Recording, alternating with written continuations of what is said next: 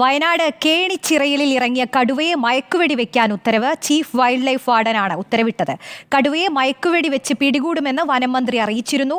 കേണിച്ചിറയിൽ 3 പശുക്കളെയാണ് ഒറ്റ രാത്രി കൊണ്ട് കടുവ കൊന്നത്. ദീപക് മലയമ്മ ചേരുന്നുണ്ട്. ദീപക് മലയമ്മ, എന്താണ് നടപടിക്രമങ്ങൾ?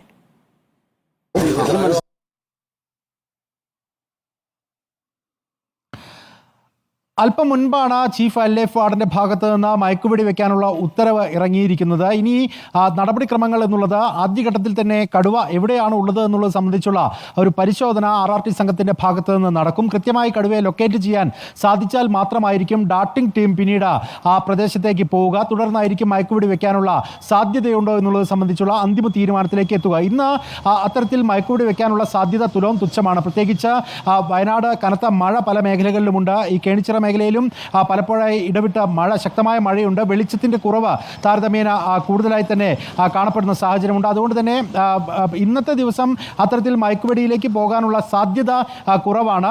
എങ്കിൽ പോലും അത്തരത്തിൽ ഉത്തരവ് കിട്ടിയ പശ്ചാത്തലത്തിൽ കൃത്യമായി ഒരു വിസിബിലിറ്റിയുള്ള ഇടത്ത് കടുവയെ കണ്ടുകിട്ടുകയാണെങ്കിൽ ഡാർട്ടിങ്ങിനുള്ള സാധ്യത തള്ളിക്കളയാനും സാധിക്കില്ല. ഈ ഉത്തരവ് പ്രകാരം പറയുന്നത് കടുവയെ മയക്കുവെടി വെച്ച് പിടികൂടിയ ശേഷം റീലൊക്കേറ്റ് ചെയ്യണമെന്നുള്ളതാണ്. അതായത് ഈ കോൺഫ്ലിക്റ്റ് ആനിമൽ പൊതുവെ ഇത്തരം ജനവാസ മേഖലകളിലേക്ക് എത്തുന്നത് അവയ്ക്ക് എന്തെങ്കിലും ആരോഗ്യ പ്രശ്നങ്ങൾ ഉള്ളതുകൊണ്ടാണ്. അങ്ങനെ ആരോഗ്യ പ്രശ്നങ്ങൾ ഉണ്ട് എങ്കിൽ അതിനെ തക്കതായ രീതിയിൽ പാർപ്പിക്കാൻ ഉതകുന്ന സാഹചര്യം ഒരുക്കണം. അല്ലാത്ത പക്ഷം അതിൻ്റെ ശാരീരിക അവസ്ഥ തൃപ്തികരമാണ് എങ്കിൽ കൃത്യമായി മറ്റൊരു വനത്തിൽ തുറന്നു വിടുന്നതിനെക്കുറിച്ച് ആലോചിക്കണം എന്നുള്ളതാണ് ഈ ഒരു ഉത്തരവിൽ പറയുന്നത്.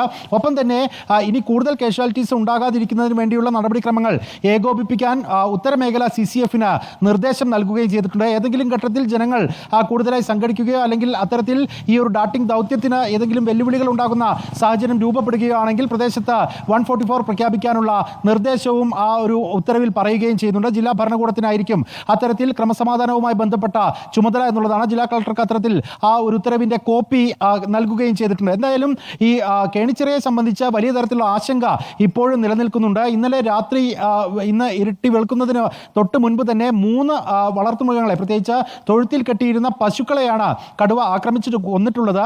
അതുകൊണ്ട് തന്നെ ഒരു പരസ്യ പ്രതിഷേധത്തിലേക്ക് നാട്ടുകാർ എത്തുന്നത് നമ്മൾ ഇന്ന് രാവിലെ കണ്ടതാണ്. മയക്കുവെടി വെക്കാമെന്നുള്ള ഉത്തരവ് വരുമെന്നുള്ള ഉറപ്പ് നിലവിൽ സൗത്ത് വയനാട് DFIയുടെ ചാർജുള്ള CCF P രഞ്ജിത്ത് നൽകിയതിനെ തുടർന്നാണ് സമരം താൽക്കാലികമായി അവസാനിപ്പിച്ചത്. ഇനിയുള്ള ദൗത്യങ്ങൾ പൂർണ്ണമായും അത് വനവകുപ്പ് സംഘത്തിൻ്റെ കയ്യിൽ മാത്രം ഒതുങ്ങുന്നതാണ്. അവർക്ക് അത്തരത്തിൽ കടുവയെ പിടികൂടുകയും അതിനെ അവിടെ നിന്ന് മാറ്റുകയും ചെയ്യുക എന്നുള്ളതാണ്. പക്ഷേ അപ്പോഴുമുള്ള ആശങ്ക എന്ന് പറയുന്നത് പൊതുവേ ഈ കടുവകളുടെ ഒരു സ്വഭാവം വെച്ച് ഒരു ഇരയെ കൃത്യമായി വേട്ടയാടിയിട്ടുണ്ട് എങ്കിൽ അതിനെ ഭക്ഷിക്കുന്നതിന് വേണ്ടി ഒരു സമയം കഴിയുമ്പോൾ വീണ്ടും അതേ പ്രദേശത്തേക്ക് എത്തുന്ന സ്വഭാവം കടുവകൾ പൊതുവെ സൂക്ഷിക്കാറുണ്ട്. അതുകൊണ്ട് തന്നെ ഇന്നിപ്പോൾ 2 പശുക്കളെ കൊന്നിട്ടുള്ള ബെന്നിയുടെ ആ വീടും പരിസരവും ഒക്കെ തന്നെ ഒരു പക്ഷേ വീണ്ടും ആ കടുവ എത്തിയേക്കാനുള്ള സാധ്യതയുണ്ട്. കാരണം ആ കടുവ പ്രതീക്ഷിക്കുന്നത് വേട്ടയാടി പിടിച്ചിട്ടിരിക്കുന്ന ആ ഇരയെ വീണ്ടും ഭക്ഷണമാക്കി മാറ്റാം എന്നുള്ള പ്രതീക്ഷയിൽ ഒരു സമയം കഴിയുന്ന ഘട്ടത്തിൽ അവിടേക്ക് എത്താനുള്ള സാധ്യത തള്ളിക്കളയാനും സാധിക്കില്ല. അതുകൊണ്ട് തന്നെ അത്തരത്തിൽ പട്രോളിംഗ് ശക്തമാക്കാനുള്ള നിർദ്ദേശം ഇതിനോടകം തന്നെ ചെതലയം റേഞ്ച്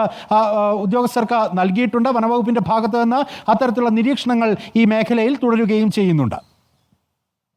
ശരി ദീപക്, ഈ വയനാട്ടിൽ തന്നെ ഈ മനുഷ്യ വന്യജീവി സംഘർഷം ഈ തെരഞ്ഞെടുപ്പ് കാലത്തുകൂടി രാഷ്ട്രീയ തലത്തിൽ ഏറെ ചർച്ച ചെയ്യപ്പെട്ട ഒരു വിഷയമാണ്. അപ്പോൾ നിലവിലെ സാഹചര്യത്തിൽ ഒരു ജനരോഷം നിലനിൽക്കുന്നുണ്ടോ?